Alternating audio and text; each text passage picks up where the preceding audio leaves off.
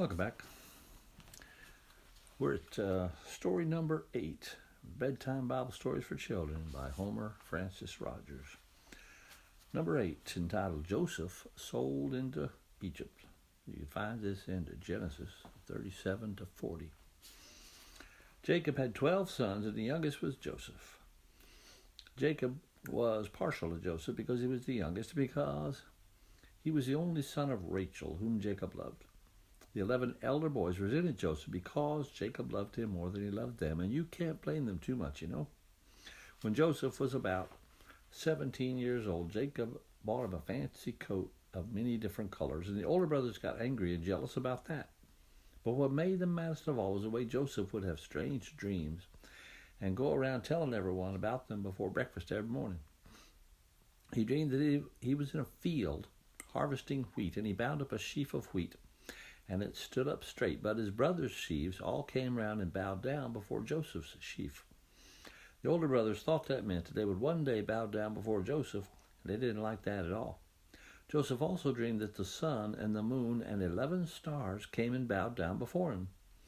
And even his father was a little put out about that dream and said, "Joseph, do you think your mother and I and your brothers will all one day bow down to you?" But Joseph didn't say anything to that, and his brothers hated him all the more. One day, the 11 older boys were off looking after Jacob's flocks, and Jacob fixed up a basket, a picnic lunch, and sent Joseph to give it to the older boys and bring him word as to how they were getting along. Joseph put on his fancy many-colored coat and took off. Because of his gaudy coat, the older boys saw him coming a long way off, and one of them said, "Look yonder. There comes that dreamer in his fancy coat. Let's bash his head in when he gets here." And they began to talk about it, and the more they talked, the madder they got. But Reuben, the oldest, was horrified. He knew he couldn't lick all 10 of them put together, so he proposed an alternative plan. He said, "Let's not kill him. Let's drop down this well. Then if anybody asks us, we could say, 'No, we didn't kill him.'" You see, Reuben meant to come back later and pull him out of the well. Reuben didn't go for that killing stuff. So when Joseph got there, they grabbed him and took off his coat and dropped him down into the well. Then they all sat down to eat the picnic lunch. Reuben had to go away for something, and while he was gone, a caravan of merchants came by on their way to Egypt, and Judah had a bright idea. "I know what we should do," he said. "Let's pull Joseph out of the well, and let's sell him as a slave to those merchants. I'll bet we can get a nice bit of cash for him." And all the other boys thought that was a good plan. They let down a rope and dragged Joseph up from the well. Joseph said, "Now that you boys have had your little joke." And about that time, somebody stuffed a gag into his mouth and tied him up so he couldn't fuss too much, and they sold him to the merchants for 20 pieces of silver. Joseph was squirming and fighting as best he could, but there wasn't much he could do except glare at his brothers and make noises like through the gag in his mouth. Then the merchants sat him on a donkey, and off they went to Egypt. When Reuben came back and found out what they had done, he was very put out with them. It was too late to do anything about it, though, so he decided to go along with them and not say anything about it to his father. What were they going to tell Jacob? Then somebody saw the many-colored coat Joseph had been wearing, and they killed a goat and dipped the coat in the goat's blood. They showed it to Jacob, who supposed that some sort of wild animal had killed Joseph. He grieved and wouldn't eat anything for the longest time, and nothing anybody could say to him would comfort him. In the meanwhile, when Joseph saw there wasn't anything he could do about the fix he was in, he sat on his donkey and prayed, asking God not to forget him. After a while, he felt better and actually began to enjoy the trip. When they got to Egypt, the merchants took Joseph to the place where slaves were bought and sold. The man who purchased Joseph turned out to be Potiphar, who was the captain in charge of the Egyptian king's personal bodyguard. Potiphar was a well-to-do man with a lot of property to manage, and Joseph turned out to be such a clever fellow that after a few years, he was put in charge of all Potiphar's property and his business affairs. Although Joseph was still technically a slave, Potiphar had such confidence in him that he didn't even bother to give Joseph any supervision. Joseph was sort of Potiphar's major domo with a great deal of authority and freedom, and it wasn't a bad life at all. However, Potiphar had a wife, and as occasionally happens when folks have too much money for their own good, Potiphar's wife was no good. She had so many servants that she didn't have anything to do but go shopping and play bridge and dress up and go to parties. And she probably drank too much too, but Potiphar was a busy man and had to be away from home a lot, leaving his wife bored and craving excitement. She also wasn't above having a little affair and fancied herself irresistible to men. So it didn't take too long before she got the idea that it might be fun to have a love affair with Potiphar's handsome young Hebrew major domo, and she began to make advances to Joseph.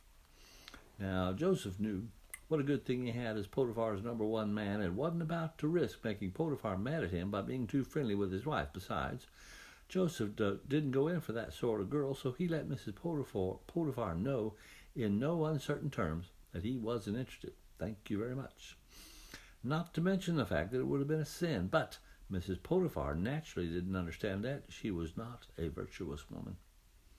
Well, you know what they say, hell hath no fury like a woman scorned, and Mrs. Potiphar was furious. The very idea.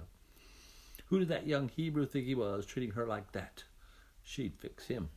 So one day, when Joseph was passing through the house, Mrs. Potiphar came up to him and made eyes at him, all the while trying to embrace and kiss him. Of course, Joseph figured he'd better get out of there in a hurry before somebody came in and saw them and misunderstood. So he made to run off, but Mrs. Potiphar had hold of his coattails and wasn't about to let go. So Joseph slipped out of his coat as he ran, leaving Mrs. Potiphar holding the coat. Well, that's where Joseph made his mistake, and it was just what Mrs. Potiphar wanted.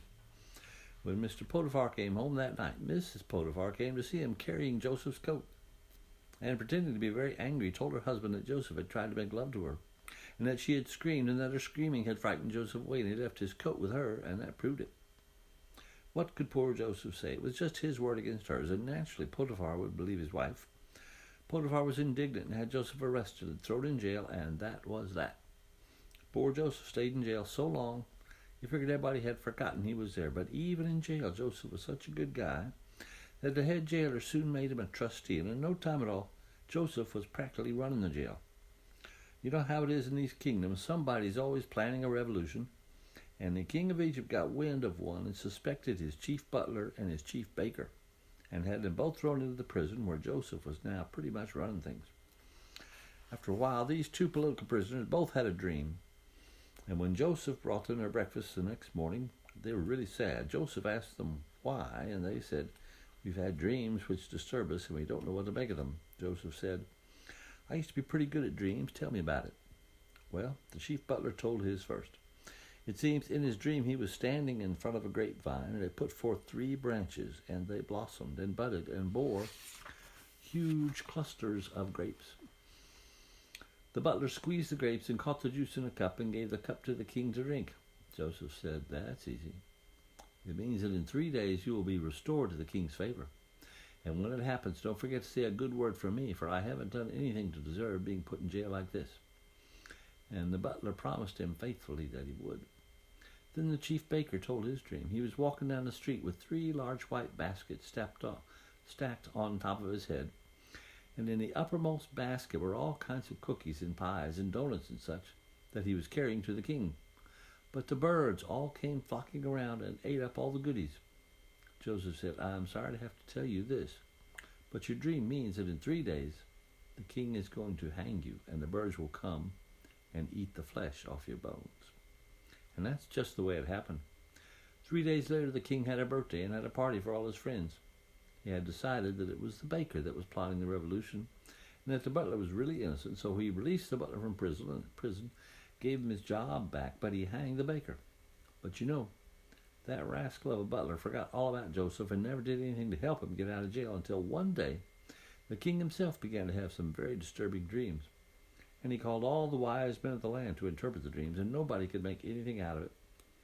Then the chief butler remembered that there was a man in the jail that was really good at figuring out dreams. But that's another story.